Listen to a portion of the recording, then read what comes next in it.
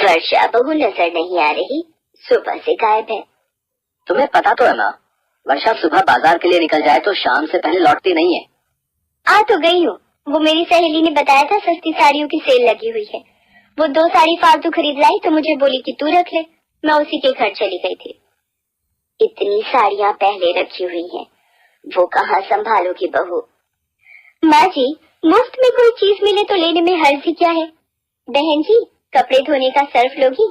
अगर 5 पैकेट लोगी तो ये बाल्टी मुफ्त में मिलेगी। 5 पैकेट के साथ एक बाल्टी मुफ्त?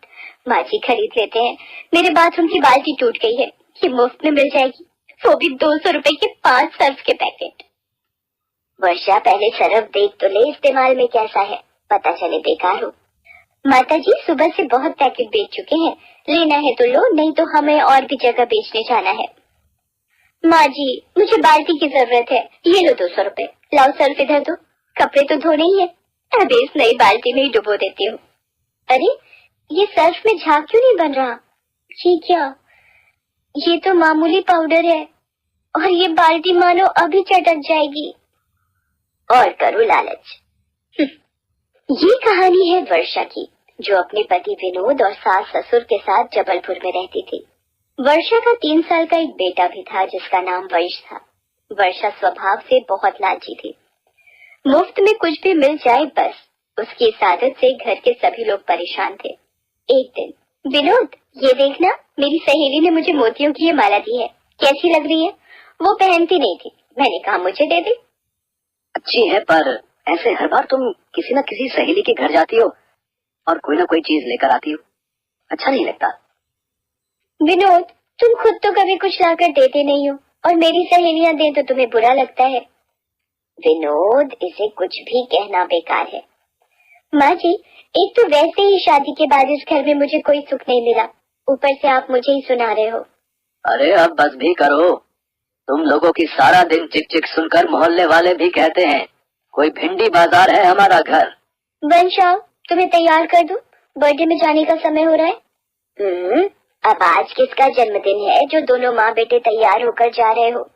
दादी मेरे दोस्त दीपक का बर्थडे है, वो बहुत बड़े फार्म हाउस में पार्टी दे रहा है, इसलिए मम्मी पापा दोनों को ले जा रहा हूँ। ये सफेद कमीज और कोट पहन लेना जी, तुम्हारे लिए कल स्पेशल खरीद कर लाई थी। इतने पैसे वाले लोगों के बीच कुछ तो ढंग के दिखो। वर्षा विनोद और वंश के साथ बर्थडे पार्टी में पहुंचती है। वहाँ पर उसे उसकी सहेली मीनल मिल जाती है। अरे वर्षा, और बता कैसी है? कोई बड़े दिनों बाद मिलना हुआ। ये तो तूने वही साड़ी पहनी है ना जो मैंने तुझे सस्ते दामों पर बेच दी थी? यहाँ तो चुप हो जा मीनल, वो तो काफी पुरानी बात हो गई, किसी ने सुन लिया तो। वर्षा जरा इधर आना, देखा मैं तभी बोल रहा था, जो लालच में आकर बिना सोचे समझे कुछ भी खरीदती रहती हो। मम्मी मुझे भी इस साल अपना बर्थडे ऐसे ही फार्म हाउस पर मनाना है। इतनी धूमधाम से जन्मदिन मनाना बेटे तेरे पापा के बस की बात नहीं है, भूल जा। किसी बड़े खानदान में पैदा हो जाता तो शायद ऐसा धूमधाम वाला जन्मदिन मना पाता। चलो काफी देर हो गई है, ऑटो भी नहीं मिलेगा। क्या हुआ वंश बेटा, दीपक के साथ कुछ देर और खेल लो। बस सर, ऑटो मिल जाए तो टाइम से घर पहुंच जाएंगे। इसमें चिंता की क्या बात है, मैं अभी ड्राइवर को बोलता हूँ, वो आप लोगों को छोड़ आएगा। अरे नहीं सर, आप परेशान।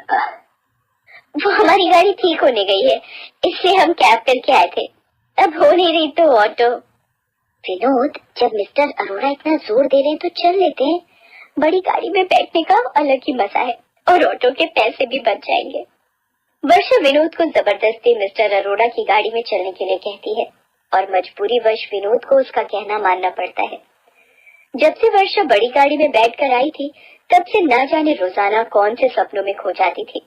ऐसे ही एक दिन, हाँ, काश इतनी बड़ी गाड़ी हमारे पास भी होती तो उसमें सचमुच कितना मजा आता।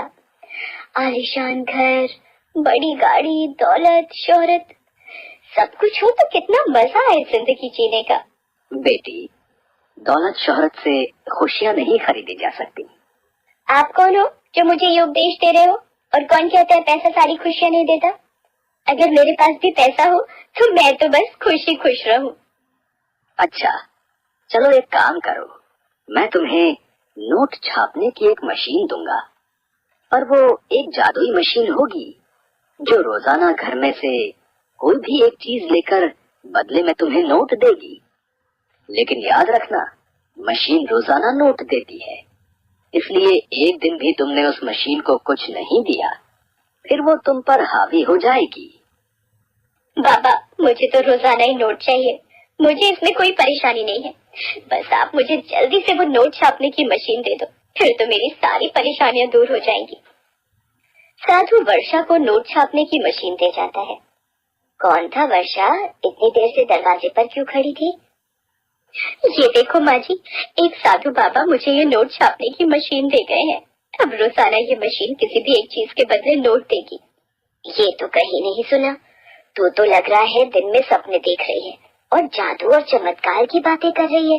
माँ जी, मैं सच कह रही हूँ। रुको, मैं आपको इस मशीन में से नोट निकाल कर दिखाती हूँ। ये देखो, मैंने इसमें ये रुमाल डाला और अभी देखना नोट बाहर आएंगे। हाँ, ये तो कमाल हो गया वर्षा बहू, इस मशीन में तो नोट छपकर बाहर आ रहे हैं। सुनो जी, ये देखो, वर्षा बहू को एक साधु बाबा नोट छापने की मशीन ये मशीन तो सच में नोट छाप रही है। बाबूजी, अब आप देखते जाओ, हम लोग कुछ ही दिनों में करोड़पति बन जाएंगे। नोट छापने की मशीन देखकर विनोद ना जाने किस चिंता में था। वो वर्षा से बोला, वर्षा, मुझे कुछ ठीक नहीं लग रहा है। इस तरह से मशीनों में कोई चीज डालकर नोट निकालना गलत है। मुझे तो इसमें कोई राज छुपा दिखाई पड़ता है।